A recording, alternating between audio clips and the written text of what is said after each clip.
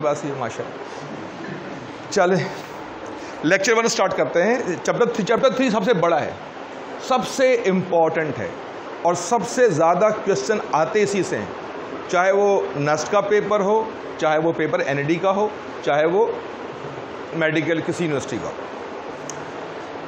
सबसे पहले chapter number 3, अच्छा चैप्टर 3 और 4 को मैं मिला के पढ़ाऊँगा क्योंकि चैप्टर 3 भी मोशन है, 4 भी मोशन है। चैप्टर 3 है मोशन इन 1 डायमेंशन और वो है मोशन इन 2 डायमेंशन, तो मैं दोनों को मिला के पढ़ाऊंगा क्योंकि देखिए एमसीक्यूज में ये तो नहीं आता ना कि भाई ये चैप्टर 3 का एमसीक्यूज है, अब सोच लो, वो तो चैप्टर का नाम तो होगा नहीं, तो वो तो मिक्स होगा, तो मैं दोनों को मिला के पढ़ाऊंगा। ठीक होगी बात। सबसे पहली बात डिस्प्लेसमेंट क्या होता है, फिर वही काम करना, आपको लिखना नहीं है कुछ भी, सिर्फ देखना है, सुनना है बस, कुछ भी कॉपी नहीं, टाइम ज़रा सा भी वेस्ट नहीं करना है, दिमाग को इस्तेमाल करना है। फिर वही काम करेंगे, इसकी तो खैर पूरी वीडियो मिल रही है, आपको पूरी वीडियो ही मिल जाएगी, नोट कर लीजिएगा उसको। डिस्प्लेसमेंट, कोई सा भी 2 पॉइंट हो और आप उन 2 पॉइंट्स के बीच किसी भी ट्रैक से मूव करके जाते हैं, किसी भी ट्रैक से, तो जो भी ट्रैक आप लेंगे उसे कहते हैं distance, but the shortest possible distance is called displacement. तो डिस्प्लेसमेंट क्या है, डिस्टेंस ही है, but shortest possible distance is called displacement. अब बताइएगा, ये 2 पॉइंट आपके पास हैं, कोई भी ट्रैक पर जाते हैं वो क्या है, और जो शॉर्टेस्ट है वो डिस्प्लेसमेंट है। वेलोसिटी क्या चीज होती है, या एवरेज वेलोसिटी क्या होती है, जो भी डिस्प्लेसमेंट आपने कवर किया है उसको डिवाइड कर दें टाइम से। Rate of change of displacement या displacement in unit time is called velocity. Instantaneous velocity क्या होती है, अब सुनिएगा, यह है total displacement divide by total time. A से बी आने में जो कम से कम शॉर्टेस्ट पॉसिबल जो डिस्टेंस था वो तो डिस्प्लेसमेंट हो गया टोटल, और डिवाइड टोटल टाइम से तो ये आ गया आपके पास एवरेज। एवरेज का मतलब देखिए ना, अगर मैं आपसे कहूं कि एक 40 ओवर्स का मैच है और एक टीम ने स्कोर किया है 200, तो 200 को डिवाइड कर दे 40 से तो आपको क्या मिलेगा 5, तो 5 रन्स पर ओवर एवरेज आ गया। तो जब टोटल को डिवाइड करेंगे टोटल टाइम से तो ये आएगा वेलोसिटी, नहीं एवरेज वेलोसिटी। अब इंस्टेंटेनियस वेलोसिटी क्या होती है, देखिए कुछ वेलोसिटी इस पॉइंट पर होगी, कुछ इस पॉइंट पर होगी, कुछ इस पॉइंट पर होगी, कुछ इस पॉइंट पर होगी, तो हर पॉइंट पर वेलोसिटी एक जैसी भी हो सकती है और मुख्तलिफ भी हो सकती है। तो किसी एक नुक्ते पर या किसी एक लम्हे पर जो वेलोसिटी होगी उसे बोलेंगे इंस्टेंटेनियस वेलोसिटी। क्या बोलेंगे, नाम पर ही गौर कर लिए, इंस्टेंटेनियस लफ्ज निकला, इंस्टेंट लम्हा, किसी लम्हे, किसी नुक्ते, किसी जगह की वेलोसिटी। अब ये कैसे कैलकुलेट करते हैं, तो अब भी समझिएगा, ये तो है टोटल डिस्प्लेसमेंट, ये है टोटल टाइम। अगर मुझे इस जगह की वेलोसिटी चाहिए तो अब मैं डिस्प्लेसमेंट लूंगा सिर्फ इस छोटे से नुक्ते का, और टाइम भी लूंगा इस छोटे सी जगह का, यानी बहुत ही शॉर्ट टाइम के अंदर जो डिस्प्लेसमेंट होगा उसको डिवाइड करने से वेलोसिटी आएगी। तो उसका फॉर्मूला ये है, वेलोसिटी कौन सी, इंस्टेंटेनियस। लिमिट जो मैथ जानते हैं वो पढ़ते होंगे, जानते होंगे, लिमिट मानी किसी चीज को लिमिट करना, डेल टी यानी टाइम में चेंज टेंस टू 0, यानी टाइम इतना छोटा कि ऑलमोस्ट 0, इंस्टेंट ऑलमोस्ट 0, 0 नहीं ऑलमोस्ट 0, बहुत करीब 0 से। डेल डी का मतलब डिस्प्लेसमेंट में चेंज, डेल टी माने टाइम में चेंज। तो एक बहुत ही शॉर्ट टाइम के अंदर जो डिस्प्लेसमेंट बदला, जो टाइम बदला, उसको डिवाइड करने से जो वेलोसिटी आ गई उसको बोलेंगे इंस्टेंटेनियस वेलोसिटी। तो फॉर्मूला खाली दिमाग में आपको रखना है। अब सवाल देखिएगा, और उससे पहले एक पॉइंट और समझाता हूं। अगर डिस्टेंस को डिवाइड करूं टाइम से तो पढ़ेंगे स्पीड, और अगर डिस्प्लेसमेंट को डिवाइड करूं टाइम से तो पढ़ेंगे वेलोसिटी। तो स्पीड क्या है, rate of change of distance, और वेलोसिटी क्या है, rate of change of displacement. Rate of change of distance is called speed, और rate of change of displacement is called velocity. velocity of a body at a certain instant of time is called instantaneous velocity. Acceleration लफ्ज पे गौर करें, acceleration लफ्ज निकला accelerate से। Accelerate का मतलब velocity का बदलना। एक सेकंड में या एक घंटे में या एक मिनट में यूनिट टाइम में जो वेलोसिटी चेंज होता है उसे एक्सेलरेशन कहते हैं। It is amount of change of velocity in unit time. अब इस चार्ट को समझिएगा। फर्ज कीजिए एक चीज की वेलोसिटी थी 4 किसी इंस्टेंट पर, कुछ लम्हे के बाद यानी चले एक सेकंड के बाद वेलोसिटी हो गई 6, तो हम बोलेंगे वेलोसिटी 4 से हो गई 6 तो वेलोसिटी हुई चेंज, तो there is some acceleration which is 2, क्योंकि 4 से 6 2 हुआ है चेंज। अगर एक सेकंड में 2 वेलोसिटी हुई है चेंज तो एक्सेलरेशन 2 है।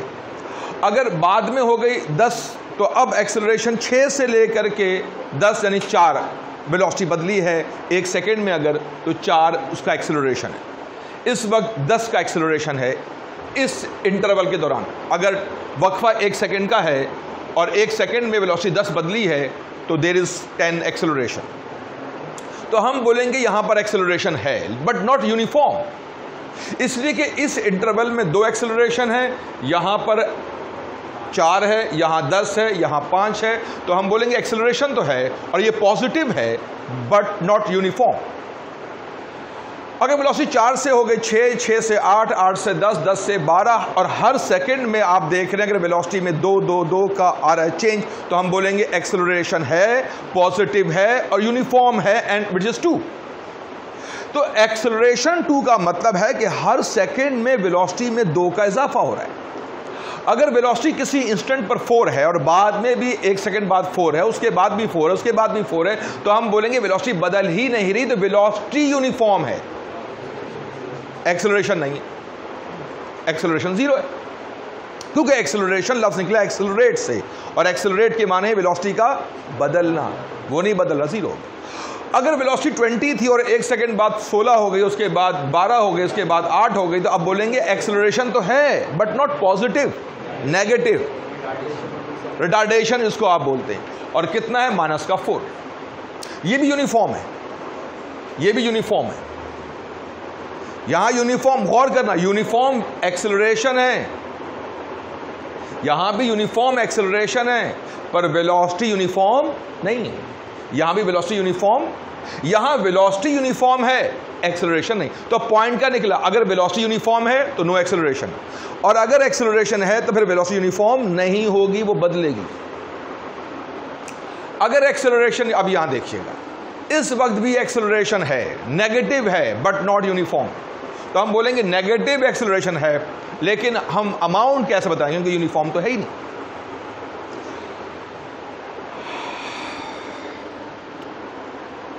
चलिए अब बताइएगा, पूछ रहा हूं, किसी भी 2 पॉइंट के बीच में जो भी रास्ता आप इख्तियार करते हैं उसे क्या बोलते हैं, और जो शॉर्टेस्ट हो वो, अगर इसी डिस्टेंस को डिवाइड कर दूं टाइम से तो क्या बोलेंगे, और अगर इसी डिस्प्लेसमेंट को डिवाइड कर दूं टाइम से तो क्या बोलेंगे, वेलोसिटी। और एक्सेलरेशन क्या है, rate of change of velocity. तो सारी बात जो हमने पढ़ी अभी यहां पर आ गई। अब यहीं से हम आगे चलना शुरू करते हैं। फिर से बताइएगा, इस वक्त बताइए क्या वेलोसिटी यूनिफॉर्म है, नहीं। क्या वेलोसिटी यूनिफॉर्म है, नहीं। पर क्या चीज यूनिफॉर्म है, यहां पर क्या चीज यूनिफॉर्म है, कुछ भी यूनिफॉर्म नहीं है, ठीक। लेकिन यहां एक्सेलरेशन है, यहां भी एक्सेलरेशन है, वो पॉजिटिव है, ये नेगेटिव है। और इस वक्त देखिए वेलोसिटी यूनिफॉर्म है, हर इंस्टेंट पर 4 है और एवरेज भी 4 ही आएगा। भाई एवरेज कैसे निकालेंगे, सबको ऐड कर लेंगे, डिवाइड कर देंगे उनकी तादाद से, 1 2 3 4 5, 4 + 4 + 4 + 4 + 4 यानी 4 × 5 20, डिवाइड बाई 1 2 3 4 5, 4 ही आएगा। पर अगर मैं इसका एवरेज निकालने जाऊं तो इसका एवरेज कुछ भी आ सकता है। इसका मतलब यह निकल रहा है कि यूनिफॉर्म अगर वेलोसिटी है तो एवरेज और इंस्टेंटेनियस दोनों इक्वल होगा। तो अब बताइए यहां velocity uniform, velocity uniform, acceleration zero. यहां वेलोसिटी यूनिफॉर्म नहीं है, एक्सेलरेशन भी यूनिफॉर्म नहीं है। यहां वेलोसिटी यूनिफॉर्म नहीं है, एक्सेलरेशन भी यूनिफॉर्म नहीं है। यहां वेलोसिटी यूनिफॉर्म है और एक्सेलरेशन नहीं है। अच्छा जी, अब जरा यहां देखिएगा और मुझे बताइएगा, 5 केस बता रहा हूं, यहां ना वेलोसिटी यूनिफॉर्म है ना एक्सेलरेशन यूनिफॉर्म है। यहां भी ना वेलोसिटी यूनिफॉर्म है ना एक्सेलरेशन यूनिफॉर्म है। यहां वेलोसिटी यूनिफॉर्म नहीं है, एक्सेलरेशन यूनिफॉर्म है। गौर कीजिएगा, यहां वेलोसिटी यूनिफॉर्म नहीं है, एक्सेलरेशन यूनिफॉर्म है। इसका मतलब यह मुमकिन ही नहीं कि वेलोसिटी यूनिफॉर्म हो और एक्सेलरेशन आ जाए। यह हो सकता है कि वेलोसिटी यूनिफॉर्म हो और एक्सेलरेशन ना हो, यह होगा। इसका मतलब है कि यह मुमकिन नहीं कि एक्सेलरेशन के होते हुए वेलोसिटी यूनिफॉर्म हो। और बहस मत करें, याद रखिए एक्सेलरेशन मानी एक्सेलरेट करना, यानी वेलोसिटी का बदलना। अब बदलना अगर यूनिफॉर्म है तो एक्सेलरेशन यूनिफॉर्म, और बदलना यूनिफॉर्म नहीं है तो बताइए यूनिफॉर्म एक्सेलरेशन का मतलब हुआ हर इंस्टेंट पर वेलोसिटी यूनिफॉर्मली तब्दील होगी, और नॉन यूनिफॉर्म का मतलब जिसमें हर इंस्टेंट पर वेलोसिटी, यूनिफॉर्म एक्सेलरेशन का मतलब हर इंस्टेंट पर वेलोसिटी यूनिफॉर्मली चेंज हो रही है, और नॉन यूनिफॉर्म में वेलोसिटी यूनिफॉर्मली चेंज नहीं हो रही, और जीरो एक्सेलरेशन में वेलोसिटी ही चेंज नहीं हो रही। चलिए अब मैं सवाल पूछूंगा, आप जवाब देंगे। क्या यह मुमकिन है कि एक चीज में एक्सेलरेशन है और वेलोसिटी यूनिफॉर्म हो? इम्पॉसिबल। यह मुमकिन नहीं है ना कि एक्सेलरेशन हो और वेलोसिटी, तो वेलोसिटी यूनिफॉर्म होने के लिए एक्सेलरेशन का जीरो होना जरूरी है। When the value of average and instantaneous velocity are equal, the body is said to be। अब देखिए, इस वाहिद जगह पर एवरेज निकालूं और इंस्टेंटेनियस निकालूं, सेम आ रहा है। तो जब एवरेज और इंस्टेंटेनियस वेलोसिटी इक्वल है तो समझ लें वेलोसिटी यूनिफॉर्म है। इसमें क्या आएगा? Uniform velocity. अब जवाब दीजिएगा इस सवाल का।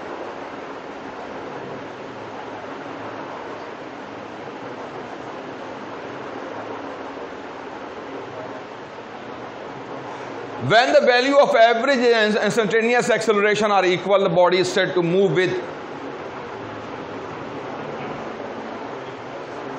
अब यहां देखिए, बताइए इस इंस्टेंट पर कितना एक्सेलरेशन है? 2। यहां कितना है? यहां कितना है? यहां कितना है? एवरेज कितना है? 2। भाई मेरी बात तो सुनो। बात, आप एक मैच खेल रहे हैं और आपने मैच खेला, फर्ज करें 4 ओवर का, और आपने स्कोर किया हर ओवर में 10 रन 10 रन 10 रन 10 रन, तो एवरेज क्यों निकालें? बोले 10 ही तो उसका एवरेज है। एवरेज तो उस वक्त निकालूंगा जब कुछ चीज बदल रही हो। तो अगर वो ये कह रहा है कि एवरेज और इंस्टेंटेनियस इक्वल है, जैसे अगर मैं ये कहूं कि एक मैच खेला गया है 4 ओवर का और बनाए गए हर ओवर में 10 10 10 10 10 रन, तो एवरेज 10, और हर ओवर में जो बनाए गए रन वो भी 10, यानी आपने स्कोर यूनिफॉर्मली किया, हर ओवर में एक जैसा स्कोर किया। इसका मतलब ये निकल रहा है कि अगर एवरेज और इंस्टेंटेनियस इक्वल है तो वो यूनिफॉर्म है। अगर एवरेज और इंस्टेंटेनियस एक्सेलरेशन इक्वल है तो वो यूनिफॉर्म एक्सेलरेशन है, और अगर एवरेज और इंस्टेंटेनियस वेलोसिटी इक्वल है तो वो यूनिफॉर्म वेलोसिटी है। तो अगर यहां लफ्ज एक्सेलरेशन है तो एक्सेलरेशन आएगा, और अगर लफ्ज वेलोसिटी है, अगर लफ्ज वेलोसिटी है, एवरेज एंड इंस्टेंटेनियस वेलोसिटी, तो आएगा यूनिफॉर्म वेलोसिटी। सारा खेल इस चार्ट का है। जवाब दीजिएगा। अभी तो बताया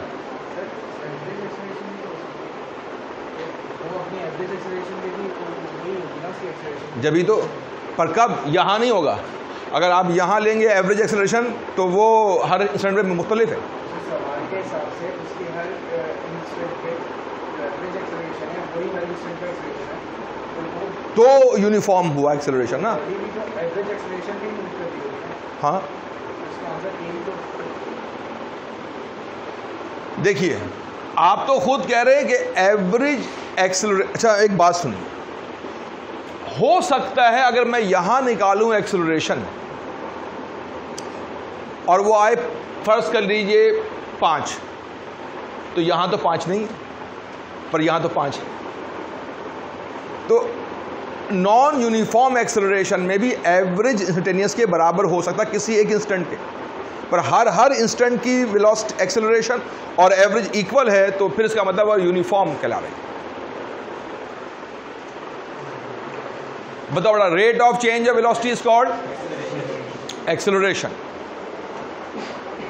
rate of increase of velocity is called positive acceleration, और rate of decrease of velocity the acceleration of body moving with uniform velocity. अगर यूनिफॉर्म वेलोसिटी से मूव कर रही है तो एक्सेलरेशन क्या होगा? 0। The decrease in velocity per unit time, retardation कहूं या डी एक्सेलरेशन कहूं या नेगेटिव एक्सेलरेशन कहूं, एक ही बात। अगर वेलोसिटी डिक्रीज हो रही है तो एक्सेलरेशन क्या होगा? नेगेटिव हो। What is the average acceleration if a car move 20 mile per hour, mph माने mile per hour, to 50 mile per hour in 15 hours? तो अब यहां देखिएगा, वेलोसिटी 20 से 50 हो गई, फाइनल 50 है, इनिशियल 20 है। 50 माइनस 20 30 इन 15 सेकेंड, 30/2 क्या आएगा? 2।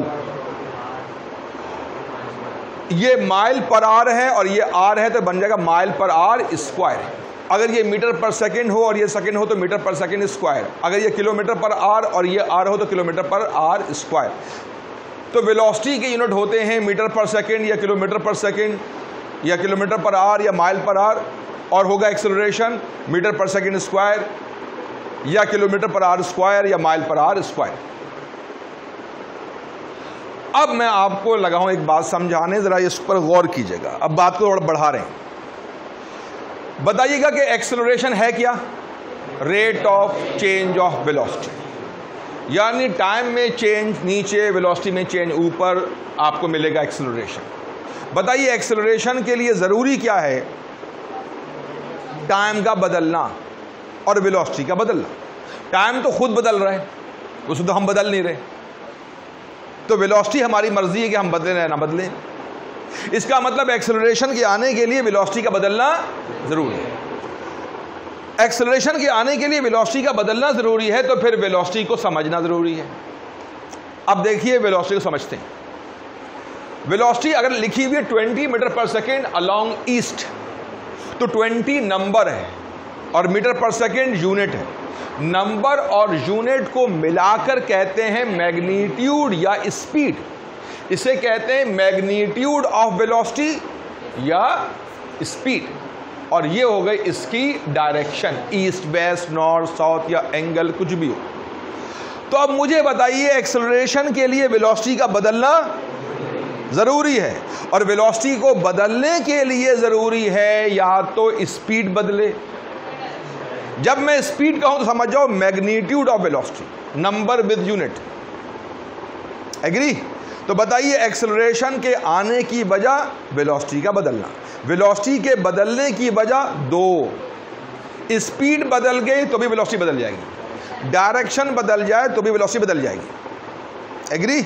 ये मुमकिन है कि स्पीड ना बदले, सिर्फ डायरेक्शन बदल जाए, वेलोसिटी बदल जाएगी और आ जाएगा एक्सेलरेशन। और ये भी मुमकिन है कि डायरेक्शन ना बदले, स्पीड बदल जाए। यहां देखिए, अगर एक पत्थर को रस्सी से बांधकर आप दायरे में घुमा रहे हैं, अगर आप इसको दायरे में घुमाते घुमाते अचानक छोड़ देते हैं तो ये ठीक रेडियस से 90 के एंगल पर जाएगा, और जो चीज रेडियस से 90 पर लाइन हो उसे टेंजेंट कहते हैं। तो ये लाइन टेंजेंशियल लाइन कहलाएगी इस पॉइंट का, इस कर्व के इस पॉइंट का। तो ये जो आप देख रहे हैं यहां वेलोसिटी, ये वेलोसिटी टेंजेंट है उस पॉइंट के, पॉइंट पर उस कर्व का। तो इस वेलोसिटी को बोलेंगे टेंजेंशियल वेलोसिटी। ठीक है। अगर ये सर्किल में घूम रहा है तो डायरेक्शन कॉन्स्टेंटली चेंज हो रही है। अब स्पीड सेम हो भी सकती है और चेंज हो भी सकती है। इसका मतलब है अगर कोई चीज डायरेक्शन को चेंज कर रहा है अपनी मुस्तकिल, अगर कोई चीज डायरेक्शन को चेंज कर रहा है अपनी मुस्तकिल, तो उससे वेलोसिटी बदल रही है और आ रहा है एक्सेलरेशन। और अगर स्पीड बदल रही है तो भी वेलोसिटी बदल रही, आ रहा है एक्सेलरेशन। तो एक्सेलरेशन आने की वजह कितनी बन गई? दो। या तो स्पीड बदले या डायरेक्शन बदले, तो फिर दो किस्म के हो गए एक्सेलरेशन। ऐसी एक्सेलरेशन जो डायरेक्शन के बदलने की वजह से आती है उसे कहते हैं सेंट्रीपिटल एक्सेलरेशन, और शो करते हैं एसी से। और इसको इसलिए कहते हैं सेंट्रीपिटल क्योंकि इसकी डायरेक्शन टुवर्ड सेंटर है। अच्छा देखिए एक बात, जब आप लोगों ने, जिन बच्चों ने मुझसे पढ़ा था फर्स्ट ईयर में, तो मैंने प्रूव किया था कि सेंट्रीपिटल को सेंट्रीपिटल कहते क्यों हैं और इसकी डायरेक्शन सेंटर की तरफ होती क्यों है। पर ये मेरा टॉपिक ये काम कर ही नहीं रहा, क्योंकि हमें रीज़न थोड़ी देनी, हमें प्रूफ थोड़ी करना है, MCQs का आंसर देना है। तो हमारे पास सिर्फ नॉलेज होनी चाहिए, ऐसा होगा तो ये होगा, ऐसा होगा तो ऐसा होगा। तो हमने उन बातों पर नहीं जाना, उनमें से कोई भी काम नहीं करना है जो हमें फेस ही नहीं करना। हमें जो चीज़ फेस करनी है हम उस पर जाएं, क्योंकि हमें बहुत कुछ फेस करना है, तो हम उसी पर फोकस रखें अपना। तो मैं फालतू बातें नहीं करूँगा। फालतू इसलिए कह रहा हूँ कि जो चीज़ मेरा कंसर्न ही नहीं है, पेपर में MCQs आएंगे, डिस्क्रिप्टिव तो आएगा नहीं, तो हम उस तरफ बहस क्यों करें खामखा। अच्छा पॉइंट क्या निकला बताइए, पूछ रहा हूं, बताओगे। एक्सेलरेशन के लिए किसका बदलना जरूरी है? वेलोसिटी के बदलने के तरीके कितने हैं? या तो बदले स्पीड या बदले डायरेक्शन। अगर डायरेक्शन के बदलने की वजह से वेलोसिटी के बदलने की बुनियाद पर आए एक्सेलरेशन, तो उसे क्या बोलते हैं? तो सेंट्रीपिटल एक्सेलरेशन वो है जो वेलोसिटी के डायरेक्शन के बदलने की बुनियाद पर आएगी। और वो कहाँ होगी? हमेशा उस ज्योमेट्री के सेंटर पर होगी। अगर वो ट्राइंगल में घूम रही है तो ट्राइंगल के सेंटर की तरफ होगी, अगर वो किसी स्क्वायर में घूम रही है तो स्क्वायर के सेंटर पर होगी, और सर्किल में हर लम्हे डायरेक्शन चेंज होगी और वो टुवर्ड सेंटर होगा उसका एक्सेलरेशन। अब अगर जैसे अभी पंखा है, ये एक ही स्पीड से मूव कर रहा है, तो इसके परों की डायरेक्शन चेंज हो रही है, इसमें सेंट्रीपिटल एक्सेलरेशन है। वो कैलकुलेट कैसे करें? तो आपने उसका फॉर्मूला पढ़ा था सेंट्रीपिटल एक्सेलरेशन को निकालने का, v²। ये v क्या है? वेलोसिटी नहीं है ये v है वेलोसिटी का मैग्नीट्यूड, यानी स्पीड। क्योंकि डायरेक्शन जब बदल रही है तो वेलोसिटी बदल रही है। वेलोसिटी में आ रही है दो चीजें, तो वेलोसिटी है वेक्टर, स्पीड वेक्टर नहीं है। वेलोसिटी में डायरेक्शन है, स्पीड में डायरेक्शन कंसर्न ही नहीं है। तो ये है स्पीड। ठीक होगी बात? अब सवाल पूछूं, अगर मैं फैन को ऑफ कर दूं, गौर कीजिएगा जरा इस बात पर, फैन को ऑफ कर दूं तो इसकी स्पीड कम होना शुरू हो जाएगी, डायरेक्शन तो बदलती ही रहेगी तब भी। अब जब स्पीड यूनिफॉर्म नहीं होगा तो फिर सेंट्रीपिटल एक्सेलरेशन यूनिफॉर्म नहीं होगा। तो जरूरी नहीं कि कोई चीज दायरे में घूम रही हो तो उसमें सेंट्रीपिटल एक्सेलरेशन यूनिफॉर्म हो, नॉन यूनिफॉर्म भी हो सकता है, पर होगा जरूर सेंट्रीपिटल एक्सेलरेशन। लिहाजा सेंट्रीपिटल एक्सेलरेशन भी यूनिफॉर्म और नॉन यूनिफॉर्म हो सकता है, डिपेंड कर रहा है कि उसकी स्पीड कांस्टेंट है कि नहीं। जब तक ये दो चीजें सेम हैं, ये सेम है। एग्री? सेंट्रीपिटल एक्सेलरेशन को निकालने का एक और फॉर्मूला भी है, r⍵², और एक और फॉर्मूला भी है 4π² r/t²। तीन फॉर्मूले, पर सब में आ रहा रेडियस रेडियस रेडियस। या तो पता हो आपको उसकी स्पीड, लीनियर स्पीड, या पता हो एंगुलर वेलोसिटी, या पता हो टाइम पीरियड यानी एक चक्कर पूरा करने का टाइम, तो आप कैलकुलेट कर सकते हैं सेंट्रीपिटल एक्सेलरेशन। अब मेरा सवाल, अगर वो सर्किल में घूम रहा है एक ही स्पीड से, तो उसमें सेंट्रीपिटल एक्सेलरेशन यूनिफॉर्म है जिसे आप कैलकुलेट कर सकते हैं। पर अगर वो सर्किल में घूम रहा है नॉन यूनिफॉर्म स्पीड से, उसकी स्पीड तब्दील हो रही, तब उसमें आएगा एक और एक्सेलरेशन, उसे बोलेंगे टेंजेंशियल एक्सेलरेशन। अब मैं पूछ रहा, बताओगे एक्सेलरेशन कितने हो गए? 2, सेंट्रीपिटल एक्सेलरेशन या फिर टेंजेंशियल एक्सेलरेशन। दोनों के आने की वजह समझो।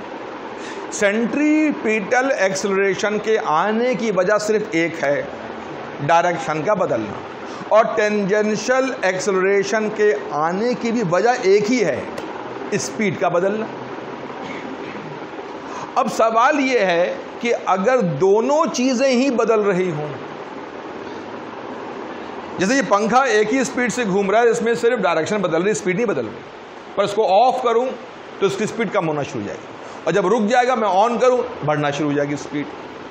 तो अब अगर दोनों चीजें बदल रही हों, डायरेक्शन भी और स्पीड भी, तो फिर उसमें सेंट्रीपिटल एक्सेलरेशन भी होगा और रिजल्टेंट एक्सेलरेशन होगा। तो फिर एक्सेलरेशन को हम क्या बोलेंगे? फिर ए बोलेंगे, और उसको निकालेंगे पाइथागोरस थ्योरम से, इसलिए कि सेंट्रीपिटल टुवर्ड सेंटर, ये टुवर्ड टेंजेंट, टेंजेंट और रेडियस में हमेशा एंगल 90 होता है। जब इन दोनों में एंगल 90 है, तो जब दो चीज़ों के अंदर एंगल 90 हो तो उनके रिजल्टेंट को पाइथागोरस थ्योरम से निकालते हैं। Hypotenuse equal to under root base का स्क्वायर प्लस परपेंडिकुलर स्क्वायर। अब यहां समझो, अगर वो सर्किल में घूम रहा है, सर्किल में घूम रहा है और उसकी स्पीड तब्दील नहीं हो रही, तो फिर टेंजेंशियल एक्सेलरेशन तो नहीं है, पर ये तो है। अगर ये खत्म और ये है तो रूट से स्क्वायर कट जाएगा, तो सेंट्रीपिटल एक्सेलरेशन को ही बोलेंगे एक्सेलरेशन। और अगर वो स्ट्रेट मूव कर रहा है, डायरेक्शन तब्दील नहीं हो रही, तो फिर ये नहीं है, फिर खाली ये है, और इससे रूट कट जाएगा, तो फिर टेंजेंशियल एक्सेलरेशन बोलेंगे एक्सेलरेशन। यानी एक्सेलरेशन के माने टेंजेंशियल भी हो सकते हैं, सेंट्रीपिटल भी हो सकते हैं, और दोनों भी हो सकते हैं। ये सबका निचोड़ आ गया। अब सवाल आ रहा है, जवाब बताइएगा। अब इस चीज को बस दिमाग में रखना है जो मैंने यहां बताया है, और उसी पर अब आएंगे एमसीक्यूज। ये 2002 का सवाल है, एनटीएस का, ठीक है, 2002 में आया है सवाल दिखा रहा हूं। और मेरी कोशिश और ख्वाहिश बताऊं क्या है, कोशिश और ख्वाहिश ये है कि आपका लेवल ऐसा कर दूं कि एमसीक्यूज आप खुद करें। मैं रटवाऊंगा नहीं, देखो बेटा इसका आंसर ये आ रहा है, इसको यूं निकाल लेना, इसको यूं निकाल लेना, ये पागलपन की बात है।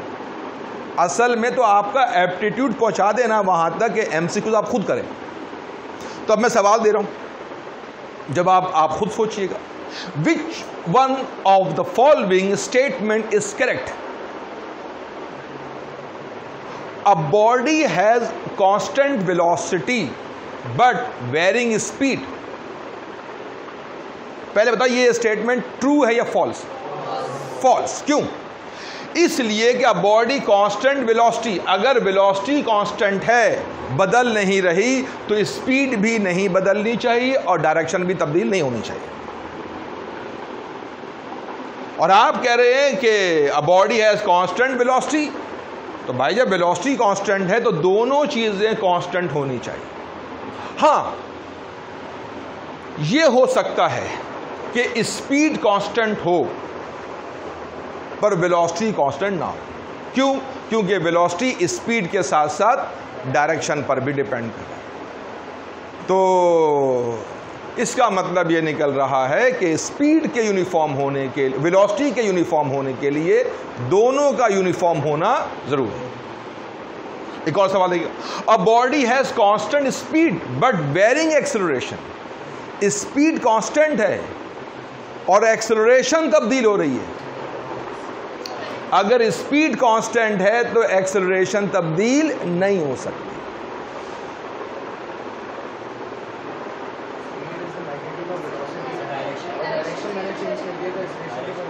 आगे तो पढ़ लें, दो और भी तो हैं इसके पहले, क्योंकि जवाब कोई एक आएगा तो मोस्ट अप्रोप्रिएट पे जाएंगे हम लोग। A body has constant speed can not has to acceleration. एक बॉडी की स्पीड कांस्टेंट है, उसमें एक्सेलरेशन दो हो नहीं सकती। बोलो क्या पागल हो गए? अगर स्पीड कांस्टेंट है, फर्ज कीजिए स्पीड है 2, तो 2 का स्क्वायर 4, और रेडियस भी हो 2, तो ए तो 2 आ सकता है, 3 भी आ सकता है, 4 भी आ सकता है। लिहाजा अ बॉडी हैज कांस्टेंट स्पीड, अगर उसकी स्पीड कांस्टेंट है तो एक्सेलरेशन 2 भी हो सकता है, 3 भी हो सकता है, 4 भी हो सकता है, क्योंकि एक्सेलरेशन खाली स्पीड पर डिपेंड थोड़ी कर रहा है। एक्सेलरेशन तो वेलोसिटी के बदलने पर डिपेंड कर रहा है। वेलोसिटी खुद 2 बातों पर डिपेंड कर रही है। ताल्लुक वेलोसिटी का स्पीड से भी, डायरेक्शन से भी। एक और पढ़ते हैं, फिर फैसला कर लेते हैं। A body has constant speed can has varying velocity. A body has constant speed, एक बॉडी की स्पीड क्या है? कांस्टेंट है। कैन मस्ट भी नहीं कह रहा है, कैन हैज वेरिंग वेलोसिटी, क्या वेलोसिटी और उसमें वेलोसिटी बदल रही है, तो यह हो सकता है, बिल्कुल हो सकता है। जैसे सर्किल इसकी मिसाल है, अगर वो सर्किल में घूम रहा है एक ही स्पीड से तो डायरेक्शन बदल रही है, वेलोसिटी बदल रही है। तो a body has constant speed can has varying velocity, यानी स्पीड कांस्टेंट होने के बावजूद भी वेलोसिटी बदल सकती है।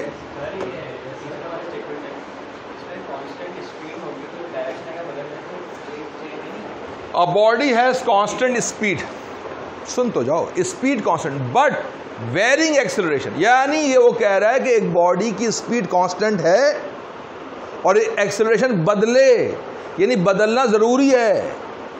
वेरिंग यानी एक बॉडी में 2 बातें हैं, यानी कि ये स्टेटमेंट वो जो हमेशा के लिए हर जगह फिट करो, यानी मोस्ट एप्रोप्रिएट आंसर देना। देखो होता है MCQs, एक होता है BCQs, बेस्ट चॉइस क्वेश्चन।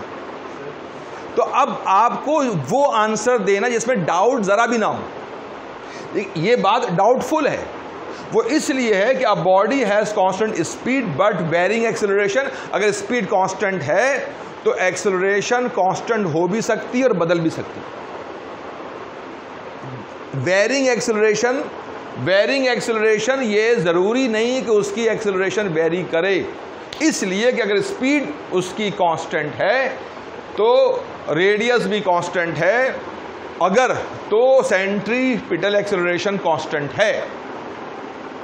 पर अगर वो एक डिफरेंट कर्व में जा रहा है बार बार, यानी अपना कर्व चेंज कर रहा है बार बार, तो रेडियस बदल रहा है बार बार उसका, तो फिर ये बदल सकता है।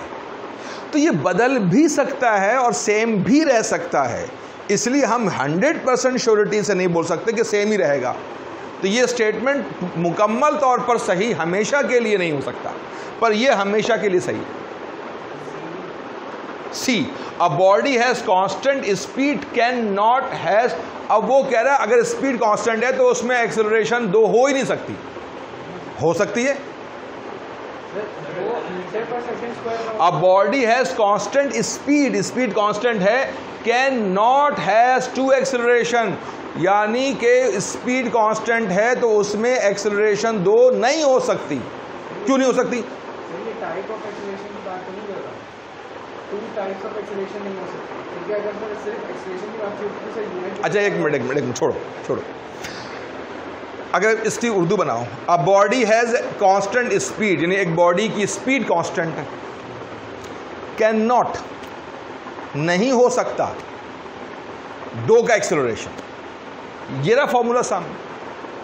अगर स्पीड कांस्टेंट है और मैंने मिसाल दी आपको कि अगर फर्ज कीजिए इसकी स्पीड आ रही है, फर्ज कर लीजिए 4, तो 4 का स्क्वायर 16 को डिवाइड किससे करूं कि आंसर 2 आए? 8 से। तो क्या रेडियस 8 सर्किल का नहीं हो सकता? ऐसी हजारों मिसालें बन जाएंगी जिसमें हम ये साबित कर सकते हैं कि एक्सेलरेशन 2 पॉसिबल है। वो कह रहा पॉसिबल ही नहीं है। सर अगर वो 2 एक्सेलरेशन कह रहा होता तो वो मीटर पर सेकंड स्क्वायर की तो करा टाइप ऑफ एक्सेलरेशन की बात नहीं कर रहा कि एक नहीं, वो जो आप जहाँ पहुँचे ना वहाँ की बात नहीं कर रहे। आप कह रहे हैं कि दो टाइप ऑफ एक्सेलरेशन है, एक सेंट्रीपिटल है और एक टेंजेंशियल है, तो वो बात कर रहा है टू एक्सेलरेशन। अब टू का मतलब यहाँ सुनिए, अगर यूनिट इस्तेमाल नहीं किया तो इसका मतलब है 2 मीटर पर सेकेंड स्क्वायर भी हो सकता है, 2 किलोमीटर पर आवर भी हो सकता है, 2 किलोमीटर पर आवर स्क्वायर भी हो सकता है, 2 माइल पर आवर स्क्वायर भी हो सकता है। खाली 2 का मतलब यानी किसी भी यूनिट के अंदर 2, तो हम बोले किसी भी यूनिट में 2 हो सकता है भाई। आगे चलो, अब एनटीएस देखिए आप लोग रुक गए थे ना, वैसे नहीं रुकते आप लोग। चले एक और सवाल,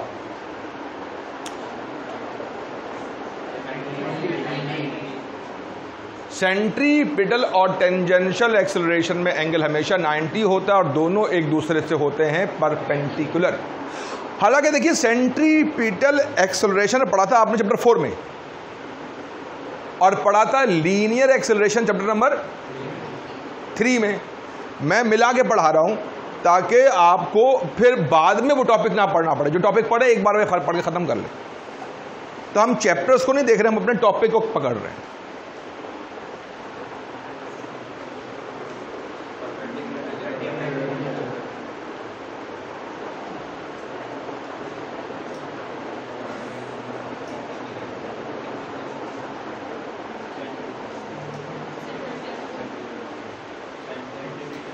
A particle is moving with constant speed along the circumference of a circle, यानी वो सर्किल में घूम रहा है एक ही स्पीड से। अगर सर्किल में घूम रहा है बेटे तो डायरेक्शन बदल रही है, वेलोसिटी बदल रही है, सेंट्रीपिटल एक्सेलरेशन है। वो ये कह रहा है कि सर्किल में घूम रहा है, then acceleration passes by the particle is, क्योंकि स्पीड कांस्टेंट है तो उसमें टेंजेंशियल एक्सेलरेशन तो नहीं हो सकती, लेकिन सेंट्रीपिटल तो हो सकती है। तो उसमें क्या आएगा? Centripetal acceleration. हाँ, अगर स्पीड भी बदल रही होती और वो सर्किल में भी घूम रहा होता तो फिर ये दोनों होते, तो फिर आता acceleration. In circular motion the tangential component of acceleration arise when, option ही छोड़ दो, टेंजेंशियल आने के लिए जरूरी है कि उसकी स्पीड तब्दील हो। क्या आएगा इसके अंदर? Speed of the body change.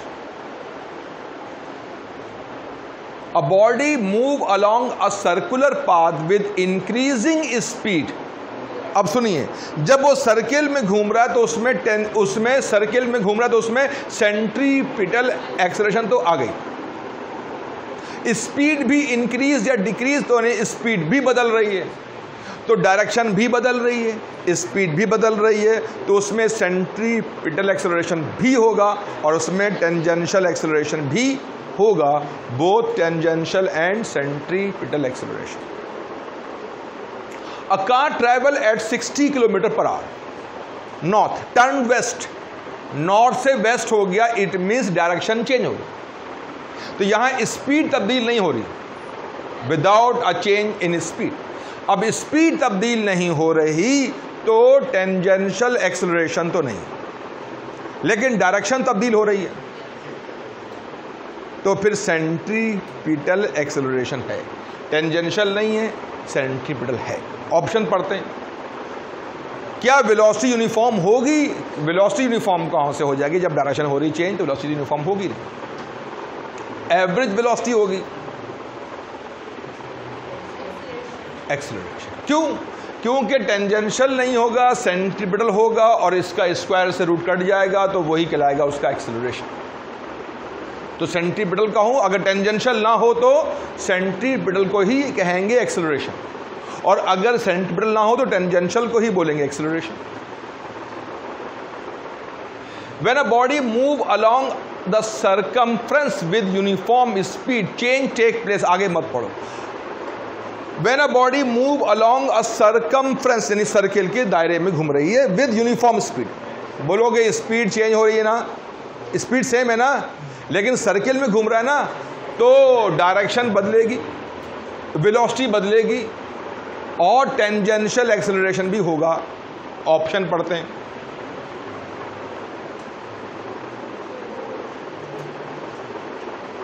बताओ क्या आएगा इसके अंदर? Change take place. चेंज किस में आएगा? क्या टेंजेंशियल एक्सेलरेशन में चेंज आएगा?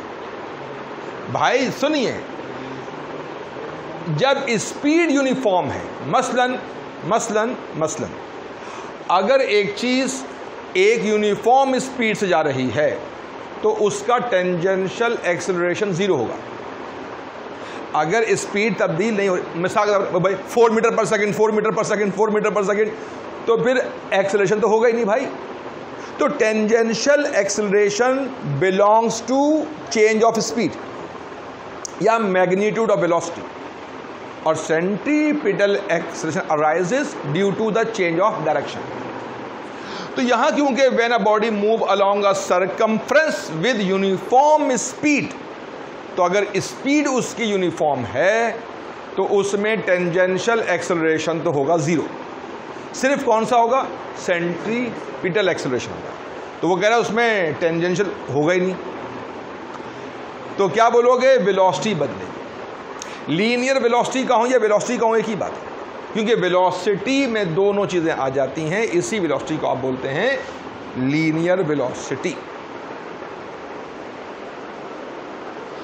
When a body move with a constant speed in a circle, बताइए अगर वो कांस्टेंट स्पीड से सर्किल में घूम रहा है तो टेंजेंशियल एक्सेलरेशन तो नहीं होगा, लेकिन क्या होगा?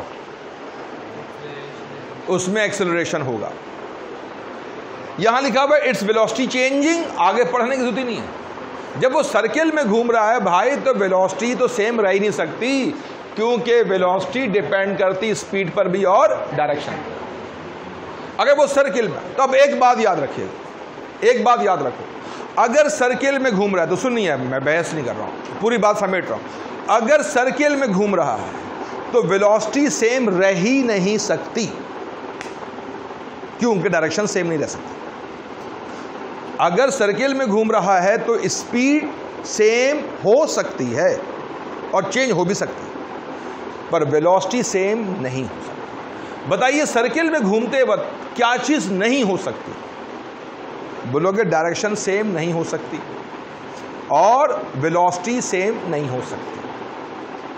सेंट्रीपिटल एक्सेलरेशन होगा सर्किल में लाजमी, वो यूनिफॉर्म भी हो सकता है, नॉन यूनिफॉर्म भी हो सकता है। टेंजेंशियल एक्सेलरेशन हो भी सकता है, नहीं भी हो सकता है। तो बताइए अगर वो सर्किल में घूम रहा है, when a body move with a constant speed in a circle, its velocity is changing, velocity change होगी। इट्स एक्सेलरेशन इज इंक्रीजिंग, जरूरी तो नहीं है कि वो इंक्रीज हो, डिक्रीज भी हो सकती है। इट्स जरूरी तो नहीं, बल्कि जीरो तो हो ही नहीं सकता। एक्सेलरेशन जीरो कैसे होगा? सेंट्रीपिटल तो होगा ही होगा सर्किल में घूम रहा है। If a particle is moving with constant speed in a circle, then its velocity is constant speed in a circle। जब स्पीड सर्किल में यूनिफॉर्म है तो उसमें टेंजेंशियल एक्सेलरेशन नहीं होगा, सिर्फ सेंट्रीपिटल एक्सेलरेशन होगा। तो उसकी वेलोसिटी सेम नहीं होगी, वेलोसिटी क्या होगी? Variable. Its velocity is variable. तो सर्किल में कभी वेलोसिटी कांस्टेंट नहीं हो सकती। तो अब देखा जाए ये सारे एमसीक्यूज इस चीज की बुनियाद पर थे। तो नोट करने वाली खाली ये बात है, एमसीक्यूज नहीं है। एमसीक्यूज तो कुछ भी आ सकते हैं, लेकिन असूल नहीं बदल सकते। हमें असूल को समझ लेना है। आइए आप देखिए कुछ बातें। देखिए वेलोसिटी होता है rate of displacement, D by T कहूँ या डी बाई डेल टी कहूँ, यानी change of time, change of distance, displacement. देखिए भाई अगर मैं ग्राफ प्लॉट करूं टाइम और डिस्प्लेसमेंट में, गौर कीजिएगा भाई, तो अगर ग्राफ टाइम और डिस्प्लेसमेंट में तो ग्राफ वेलोसिटी का है। अगर बिल्कुल स्ट्रेट हो तो यूनिफॉर्म वेलोसिटी, और अगर वो स्ट्रेट ना हो तो नॉन यूनिफॉर्म वेलोसिटी। अब मैं फिर पूछ रहा हूं, वेलोसिटी किन दो चीजों का रिलेशन है? टाइम और डिस्प्लेसमेंट। तो ग्राफ कहां बनेगा? टाइम और डिस्प्लेसमेंट। ग्राफ स्ट्रेट भी हो सकता है और स्ट्रेट ना भी हो। स्ट्रेट हो तो यूनिफॉर्म और स्ट्रेट ना हो तो नॉन यूनिफॉर्म। चलो बता दूंगा आपको कि स्ट्रेट में यूनिफॉर्म क्यों और स्ट्रेट ना हो तो नॉन यूनिफॉर्म क्यों, अभी समझा दूंगा। पर आगे चलिए। एक्सेलरेशन होता है rate of change of velocity. ऐसे लिखूं ऐसे लिखूं, एक ही बात। तो अब सोच के बताओ, वेलोसिटी का ग्राफ प्लॉट करना था तो टाइम और डिस्प्लेसमेंट में ग्राफ बनाया। अगर ग्राफ बनाना है एक्सेलरेशन का तो टाइम और, अब देखिए भाई, वेलोसिटी वाले ग्राफ में ग्राफ बनेगा टाइम और डिस्प्लेसमेंट में, जबकि एक्सेलरेशन ग्राफ टाइम और वेलोसिटी में। अगर स्ट्रेट हो तो यूनिफॉर्म एक्सेलरेशन और स्ट्रेट ना हो तो नॉन यूनिफॉर्म एक्सेलरेशन। अब मैं फिर पूछो, बताओगे? अगर ग्राफ टाइम और बनाऊं वेलोसिटी के बीच तो वो ग्राफ किसका होगा? एक्सेलरेशन का। और ग्राफ बनाओ टाइम और डिस्प्लेसमेंट में तो ग्राफ किसका होगा? वेलोसिटी। अगर स्ट्रेट हो तो और स्ट्रेट ना हो तो। अब सवाल ये, स्ट्रेट हो तो यूनिफॉर्म क्यों कह रहे हैं? सुनिएगा। फर्ज कीजिए, पहले बात यूनिफॉर्म का मतलब क्या है? यूनिफॉर्म का मतलब यह है कि आप वेलोसिटी यहां निकालें, यहां निकालें, यहां निकालें, यहां निकालें, सेम आएगा। तो पहले वेलोसिटी निकाल लेते हैं।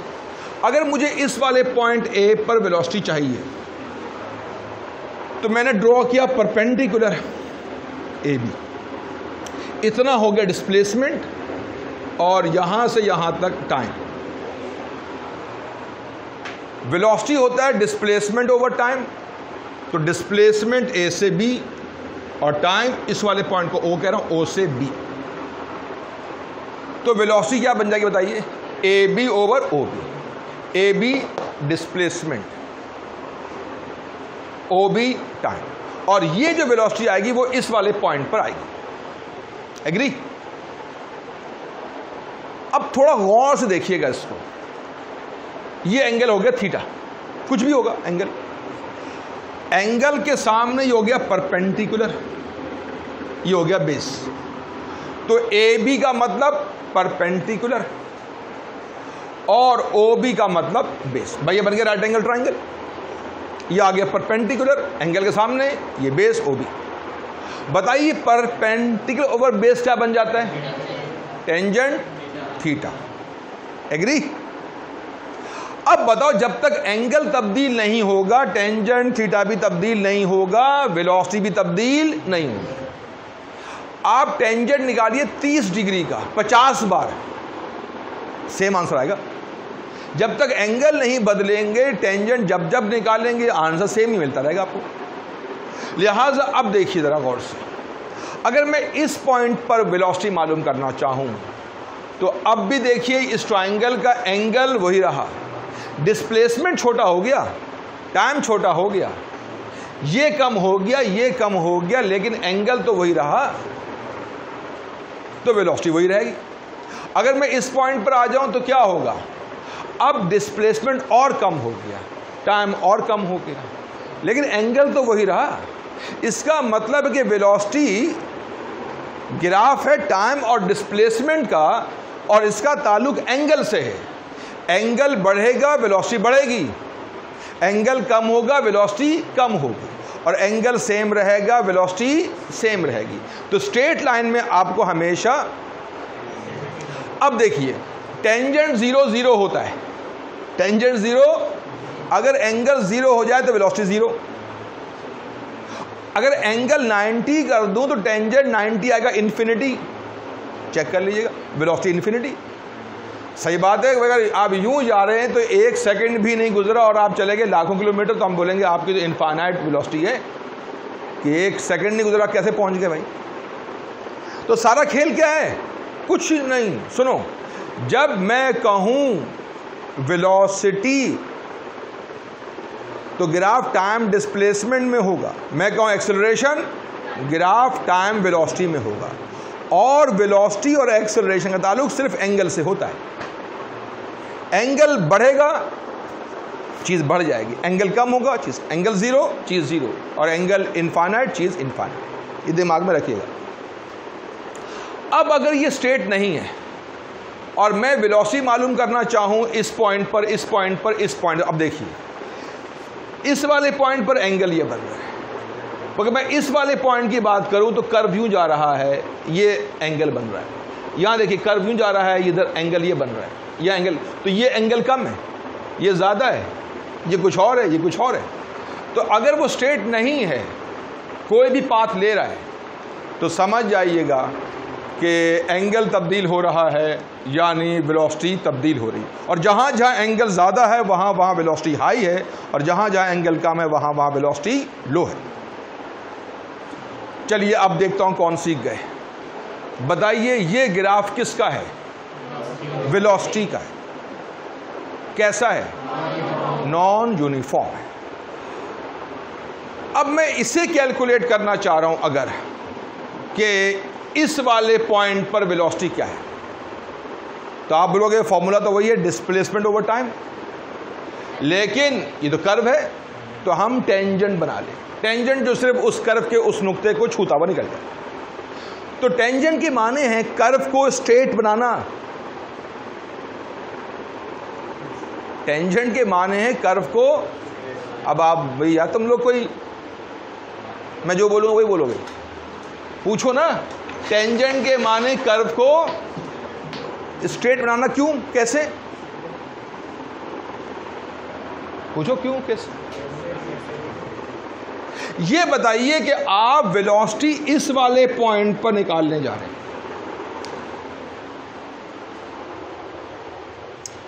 आप वेलोसिटी इस वाले पॉइंट पर निकालने जा रहे हैं। लोग हाँ हाँ, यानी इस पॉइंट पर निकालने नहीं जा रहे, यानी इस पॉइंट पर भी निकालने नहीं जा रहे। गौर कीजिएगा इस बात पर, हंसना नहीं, बात समझना है। यानी यहां भी नहीं, यहां भी नहीं, यहां भी नहीं, यहां भी नहीं, कहीं भी नहीं। तो इस कर्व को तो भूल जाइए ना। फिर आप कर्व कहां से रहा? आप तो खुद कह रहे हैं कि मुझे वेलोसिटी इस वाले पॉइंट पर चाहिए, तो बाकी सारे पॉइंट अब बेकार है मेरे लिए। अब मुझे बताओ, अगर मैं ये सब यहां से हटा दूं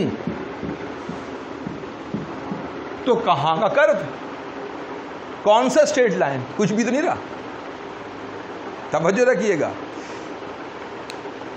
यानी अगर कोई चीज नॉन यूनिफॉर्म स्पीड से मूव कर रही है, लेकिन हर इंस्टेंट पर तो उसकी एक वेलोसिटी होगी खास, तो इंस्टेंटेनियस वेलोसिटी तो होगी उसकी लाज़िम, जो बदल रही होगी हर लम्हा बा लम्हा। हाँ, अगर मैं वेलोसिटी इस वाले पॉइंट पर निकालने जाऊं तो फिर किसी और पॉइंट की बात ही नहीं करूं। तो हर पॉइंट पर वेलोसिटी है, पर एक दूसरे से मुख्तलिफ है। मैं पूरे कर्व की वेलोसिटी नहीं निकाल रहा, मैं तो कर्व के एक नुक्ते की निकाल रहा हूं वेलोसिटी।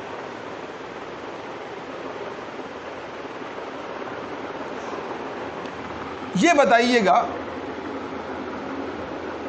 ये स्ट्रेट लाइन है? अरे बोलते क्यों नहीं?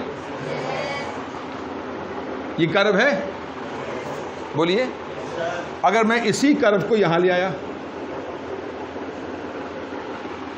और यहां एक नुक्ता बना लिया, अब बताओ ये नुक्ता स्ट्रेट लाइन पर है, कर्व पे? दोनों पे। इंसान बन गए अब। इसका मतलब नुक्ता नुक्ता होता है, ना वो कर्व होता है ना वो स्ट्रेट होता है, वो दोनों का पार्ट है, वो किसी का भी पार्ट हो सकता है। तो जब मुझे इस जगह चाहिए वेलोसिटी, तो मैं कर्व लूं स्ट्रेट लूं, एक ही बात। इसलिए हमने बनाया टेंजेंट, क्योंकि हमारे पास फॉर्मूला डिस्प्लेसमेंट ओवर टाइम। अब टेंजेंट जितना चाहो बड़ा बना लो, टेंजेंट हर पॉइंट का मुख्तलिफ निकलेगा। टेंजेंट हर पॉइंट का मुख्तलिफ निकलेगा। अगर मैं टेंजेंट यहां बनाने जाऊं,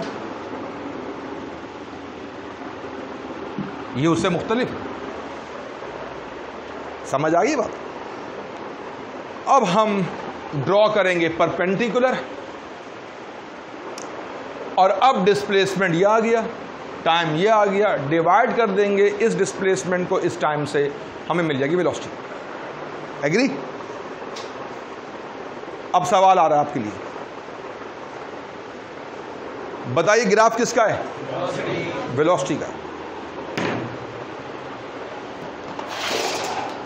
कैसा है? यूनिफॉर्म। यानी जो वेलोसिटी इस पॉइंट पर है वो यहां, वो यहां, वो यहां, वो यहां। अब मैंने दो ग्राफ बना दिए एक जगह पर। बताइए इन दो में से किस वाले ग्राफ की वेलोसिटी कम होगी? नीचे वाले, क्योंकि उसका एंगल कम है। तो इस पूरे में वेलोसिटी एक जैसी होगी और इस पूरे पर भी एक जैसी होगी, पर यह वेलोसिटी इस वाले से ज्यादा होगी और इसकी वेलोसिटी इन दोनों से ज्यादा होगी। हर पॉइंट पर एक जैसी, तो velocity uniform, uniform, uniform, but low value, high value and very high. जैसे जैसे एंगल बढ़ेगा वैसे वैसे वेलोसिटी बढ़ेगी। और जब मैं कहूं वेलोसिटी तो दिमाग में क्या लो? Tangent theta. इस वक्त एंगल जीरो है, एंगल जीरो है तो टेंजेंट जीरो इज जीरो, तो वेलोसिटी इज जीरो। और यहां पर अगर बात करूं तो एंगल 90 बन जाएगा और टेंजेंट 90 इज इन्फिनिटी, तो वेलोसिटी इन्फिनिटी। अगर बजाय डिस्प्लेसमेंट के यहां लिख दूं मैं वेलोसिटी, तो अब यही सब कुछ किसके बारे में आ गया? एक्सेलरेशन के बारे में आ गया। यहां एक्सेलरेशन जीरो है, यहां इन्फिनिटी है, यहां कम है, यहां ज्यादा है, यहां बहुत ज्यादा है। वेलोसिटी टाइम ग्राफ के माने graph of acceleration. Straight line है और पैरेलल टू, भाई स्ट्रेट तो ये भी है, ये भी है, ये भी, ये भी है, पर यह है परपेंडिकुलर टाइम एक्सिस और ये पैरेलल है टाइम एक्सिस। तो इस ग्राफ की बात हो रही है। तो बताइए इसका मतलब क्या हुआ? क्या होगी एक्सेलरेशन? जीरो। अब देखिए फिर वही बात आ गई, मिनिमम कहना भी गलत नहीं है, सबसे कम तो जीरो से कम होता ही नहीं, मिनिमम कह दिए तो सही। तो ये भी है, यूनिफॉर्म भी सही है, बदल थोड़ी रहा है, सब यूनिफॉर्म। लेकिन बेस्ट आंसर जीरो है। क्यों? अगर मैं ये कह रहा हूं कि एक चीज है 5 और वो बदल नहीं रही, तो 5 है, बदल नहीं रही। और मैं कह रहा हूं बदल नहीं रही, तो हमें क्या मतलब वो 5 है, 4 है, 3 है, 2 है, क्या है? तो अगर मैं यूनिफॉर्म कहता हूं तो इसके माने बदल नहीं रहा, पर इससे ये नहीं समझ में आ रहा कि क्या है। मैं कहूं मिनिमम, तो ये कंफर्म नहीं हो रहा कितना कम। मैंने कहा जीरो, तो उसमें कंफर्म हो गया कि वो सबसे कम भी है, यूनिफॉर्म भी। तो इसलिए बेस्ट आंसर क्या हुआ इसका?